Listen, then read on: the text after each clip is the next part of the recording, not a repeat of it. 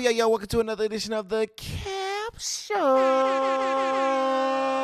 It's your boy, and you know what we're here to do. Today we're going to be reacting to Chapter 2 of Ren's life story. Now, the Cappers and the Renegades have been telling me that this is far. I've done Chapter 1, and I agree. So, it's only right to do Chapter 2. You know what I'm here to do. I'm here to be the judge, and you know where I'm at with it. You to the tizzle. Let's get this. Lego.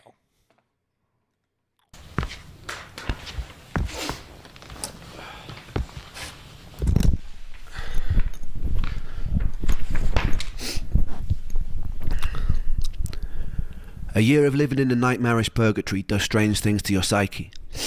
Look at that view, though. That view is crazy. Fire. Okay, sorry. I was still trying to push through university, but I found myself missing many lectures to stay in bed. I started noticing more unusual symptoms creeping in, a strange buzzing sensation in the soles of my feet. My vision started looking like fuzzy television static, something that I later learned was called visual snow, something with no known origin. My calf muscles started constantly twitching and spasming. At any moment they wouldn't go longer than 20 seconds without twitching, and that can drive you a bit nuts. All these symptoms I still live with to this day. You just become very used to tolerating constant discomfort. It becomes kind of the norm and kind of becomes like an annoying, unsettling radio static in the background of existence. I stopped taking my antidepressants after having cycled many different kinds. None of them helped. All of them gave me some new kind of symptom or side effect like insomnia, dry mouth, heart palpitations, no libido, etc. I spent a lot of my time alone, but in the moments of respite I'd hang out with friends. We formed a band called Trick the Fox the year before I'd gotten sick. It was the one ray of sunshine I had at the time. I quickly became friends with a bass player called Charlie, and we developed some kind of musical telepathy where we both knew what the other was going to play before it even happened. It was the first musician I've ever felt this kind of chemistry with. I became a kind of third wheel in his Momoko's relationship. With time, Momoko became like a sister to me. To this day, it's one of my favourite people on this spinning rock. Performing with Trick the Fox was one of the rare times that I felt free. There was something about the duty of having to entertain others that let me escape the physical limitations of my own sick body, even if just for a moment. I usually pay for it the next day with what can only be described as an energy hangover where I'd be stuck in bed all day, but for me that was worth it. Those days I was still fairly functional. It was around this time I started losing faith in the medical industry. The more appointments I'd go to... How could you not? My man's had to wait 6 months for a mental health assessment to see a mental health specialist. And then on top of that, when he originally went to the doctor, they told him that stress from the uni could cause strange symptoms. That still got me tight to this day. Like, bro, what? Like, crazy. Adamant that something was wrong, the more of a hypochondriac they treat me as. Medical gaslighting is a real thing with chronic illness. They chalk me down as someone who was always requesting blood tests, and my mental health diagnosis probably didn't help that. Strangely, they never tested me for any kind of pathogens. I decided to embark on a precarious journey into the Russian roulette chamber of Dr. Google. I would type in the most predominant symptom of the day, and Dr. Google would tell me that I have a rare disease and I'm probably going to die. With time, I sharpened my search engine axe and refined what I was looking for. I dived headfirst into the abyss of online support groups, hoping to find solace or answers amongst fellow sufferers. We were like crabs in a barrel. Very rarely someone would find their silver bullet and announce what it was that cured them. Hundreds of people would follow their protocol, some with mild success, but most of us will still remain trapped. I joined as many online support groups as I could. It was a bit like the beginning of Fight Club, except instead of faking conditions to feel accepted, I was desperately hoping I had those conditions so I could cure myself and get the fuck out. I convinced myself I had conditions like candida, magnesium deficiency, parasites, adrenal fatigue, heavy metal poisoning, etc. At the time, I felt like I was single-handedly keeping Jeff Bezos in business. While most students were spending their student loan on drinks, I'd spend mine on the supplement or protocol of the week. I'd follow whatever herbal or supplement protocol was suggested, sometimes noticing mild improvement and sometimes getting a lot worse, most of the time feeling nothing. A story would pop up on one of these groups like, after I did a 30-day parasite cleanse of wormwood, cloves and garlic, all my symptoms disappeared. I'd read a story like this, get full of hope and put myself through a grueling 30 days, which would often result in a worsening of symptoms. My body felt even sicker and weaker, but I'd stick it out because I was told that this was a good sign. The parasites are dying. I peered into the toilet bowl and valiantly waved goodbye as I flushed their imaginary corpses into a watery abyss. At the end of the 30 days, I'd be left with a lighter wallet and all my symptoms still remaining. And if that didn't work, I'd move on to what was next. Maybe I have seasonal affective disorder. Alright, so I'd get on the internet, order a light, stare at it for 10 minutes a day, and to my big fucking surprise, still have all my symptoms. The only thing that light illuminated for me was that I was desperate enough to buy a glorified table lamp. When you can set up fast, gamer-ready Spectrum internet in minutes, Come on. Yeah, coming on your right. you can feel at home. I kid you not when I say that over the years I probably have taken nearly every dietary health supplement known to man. One of the most grueling self-treatment courses came when I did a round-the-clock heavy metal chelation. I would take a supplement called ALA and DMSA, which supposedly shuttled mercury molecules out of your body through a process called chelation. I would have to take the pill once every 3 hours around the clock, which meant setting multiple... I'm not laughing at him, y'all. I'm laughing. I'm laughing at. I'm laughing at this. On the clock heavy metal chelation. I would take a supplement called ALA and DMSA, which supposedly shuttled mercury molecules out of your body through a process called chelation. I would have to take the pill once every 3 hours around the clock, which meant setting multiple alarm clocks to wake up and take them. The supplements came with their own side effects. I remember one time standing in a supermarket and feeling like the sounds and lights were so bright that I couldn't even bear to be in there. I stopped with this protocol for a whole year with no luck. I was still coming to terms with the death of one of my best friends during this time too. I was too sick to hold down any kind of stable job, so I was mostly living off my student loan. Welsh students study in England also weirdly get given a small sum of money just for being Welsh, or almost like a "we're really sorry that you're Welsh" sort of condolence prize. I've always prided myself on my financial independence, so whenever I could, I'd get out on the streets of Bath and I'd busk. I remember the very first time I did. I had my guitar in hand, I perched myself on a bench, took a deep breath, and then bared my soul to the jury of the street, and it was exhilarating. People sometimes ask me what music means to me, and it means life. This was usually the one time I felt like I didn't want to die. This was the one time I could feel a resemblance of something that resembled spirit, that resembled my soul, that resembled me. I even found myself cracking jokes with onlookers, which for someone dripping with social anxiety at the time was huge for me. Yo, finding this out is crazy. So you mean to tell me all of these busking sessions that I've been watching and stuff like that, he'll do this while he's not feeling good and then turn around and be like completely drained the next day, but he's still out there doing it? Like, do you know what type of respect that makes me have for an artist that I know, like, they break down to what they really have been through or what they're currently going through, and then to have watched and experienced them do these things and then understand that they having these type of symptoms afterwards, like the repercussions of still doing it. It's crazy. It's crazy. Just for a day, just for a couple hours of singing, man. That's crazy. That's how you, bro. I can guarantee you that's how you know, bro. Like when you hear these artists putting their heart and their soul into this, it's not a game to them. You know what I'm saying? It really means something. Like, this is their baby. Like, it really means something to them. It's crazy. This just proving me right, man. This is just proving my point for real. It was March, roughly 3 months after Joe had died, and I was sitting on a bench in Bath with my guitar singing into a busy street. And this is when I would meet the first angel of this story. I'd see two more angels years later, one in the guise of a homeless man, one a doctor cheating death in the Beverly Hills clinic, but that bit will come a little bit later. The angel was walking on the opposite side of the street with a mother. They both stopped to watch me for a moment. I saw her mum whisper something to her. The angel turned bright red and she giggled and they shyly approached. We got talking and the angel asked where I was from.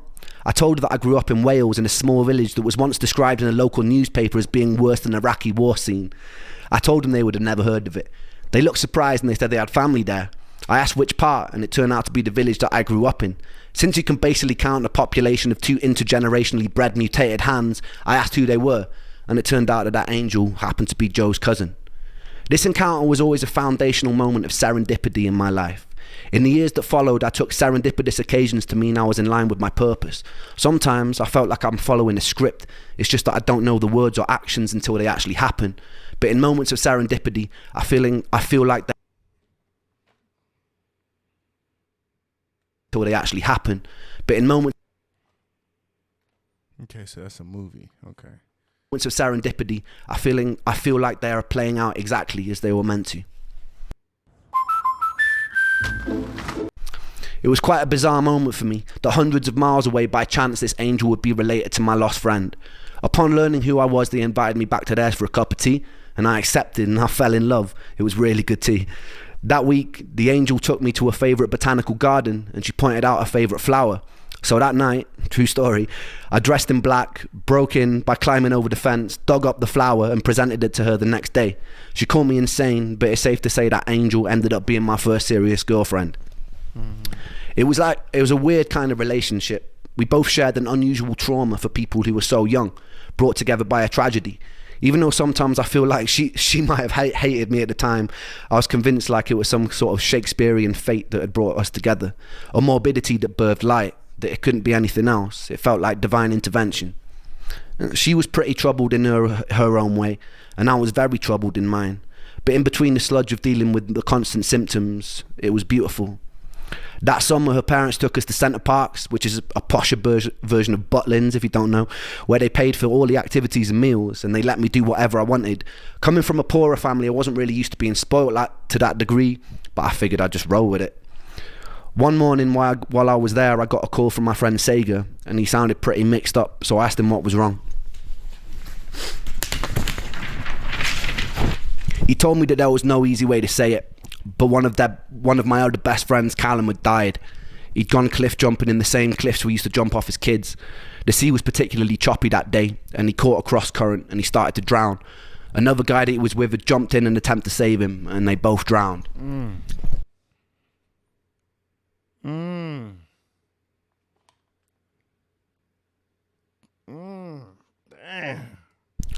The first day I met Calin, I was 11. He was in a year above me in high school and used to walk around with these massive baggy bright orange jeans. He hung around with all the goth kids and I thought they looked super cool. So the next day I painted my nails black and fashioned a necklace out of a severed extension cable from an old VCR machine. I infiltrated the group and I gained their trust. Not long after, me and Calin were friends, wandering around beautiful Welsh countryside looking for the most scenic places to smoke weed. We stayed friends throughout high school and I truly loved him. When Calin died, I couldn't properly grieve. I felt weirdly numb after losing Joe. I'd often feel guilty for my inability to cry at the time. A couple of years later, I'd learned another friend of mine that I used to play function gigs with had thrown himself off a cliff face in Dover. And again, I felt numb. I couldn't tell if this new acceptance of the inevitability of death was a beautifully liberating thing, or if it was a sign that my humanity was slipping away. To this day, death has kind of remained a bit of a matter-of-fact part of my life. During my years of sickness, I had to crawl through a morbid longing to be killed by my illness to find a more peaceful acceptance that death is just an inevitable consequence of life, and it doesn't spare anyone. That never left, and I haven't ever really been scared of dying since. Some days I've tempted it. What I'm more scared of is having to live my whole life as a sick person. In my relationship with death, the most healing moment occurred just 2 years ago. My grandmother, who I loved to pieces, was dying, but I actually got the chance to say goodbye this time, to hold her hand, to thank her for being alive. I remember not long before she passed, she was lying in the hospital bed, and she was very weak and very pale, barely able to open her eyes. I asked how she was, and it seemed like a stupid question as soon as it left my mouth. She paused for a long moment, and she turned her head to look at me, and she opened her eyes, and she smiled, and she said she felt happy. And it was just one word, happy, which was simple, and it was beautifully profound. And that was one time I'd gotten a chance to say goodbye. And it was the first time that I hoped that one day I would die happy. The following year, I would achieve something beyond my wildest dreams, and then I would lose it almost as soon as it came. Stay tuned for that. Man, I just be finding it crazy because, like, you would never even think, you know what I'm saying, looking at him. And then it's crazy to know, like, as I've done this Ren journey, this trip down the rabbit hole of Ren, I call it the Reniverse, but after doing like a deep dive and like listening to all his music and then learning his story, to actually hear it coming from him it means a lot, you know. And now it sends his music to a different type of place for me, you know. It holds a different type of holds a little bit more weight now because you got to understand the story, and he has he's still going. Like, this was his purpose. Like, had damn near given up, and then he started doing this, and he realized that this was worth it, even through all the things that he's going through and he was going through at the time and continued to go through.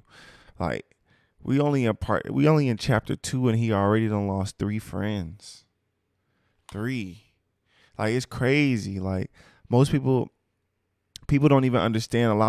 If a lot of people was in this situation, they would have found a reason to give up, not a reason to push on. They wouldn't have been able to process it. God puts the most challenging things on his strongest angels because he already know that they can handle it. So it's like, it's bittersweet, but you gotta understand, you gotta roll with the punches. And like, he been rolling with them things, man. He been fighting back the whole time. Definitely commendable for sure. I don't wanna hear no words today, because they pull me under. In the castle of my room I'll hide away from the outside thunder. Gonna lock my troubles outside of this door, 'cause today it's just me and these 4 walls. Want work to go smoothly? You just need to know the right steps. I said I wanna run away, fly to another place, fly to another place. Say oh. Said I wanna run away, fly to another place, fly to another place. The light that I hold, it turns to gray, and that makes me wonder, will I always feel this way? So far under, but I put my soul on show for everyone to see. 'Cause even though it's bruised, I know it holds such beauty. I said I wanna run away, fly to another place, fly to another place. Say oh. I said I wanna run away, fly to another place, fly to another place. Nobody here but me today, but that makes me stronger.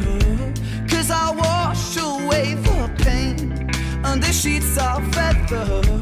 Gonna lock my troubles outside of this door, 'cause today it's just me and these 4 walls.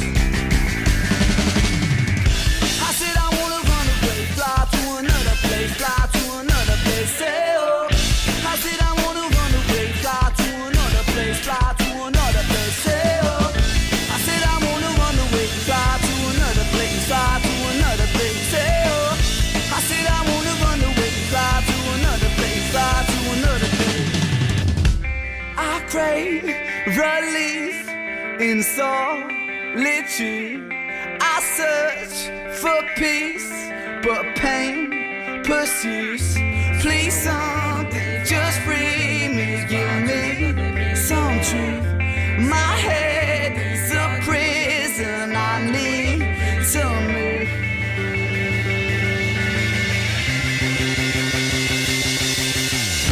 I said I wanna run away, fly to another place, fly to another place. Say oh. I said I wanna run away, fly to another place, fly to another place.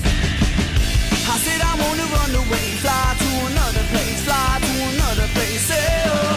I said I wanna run away, fly to another place, fly to another place. I said I wanna run, I said I wanna run, I said I wanna run.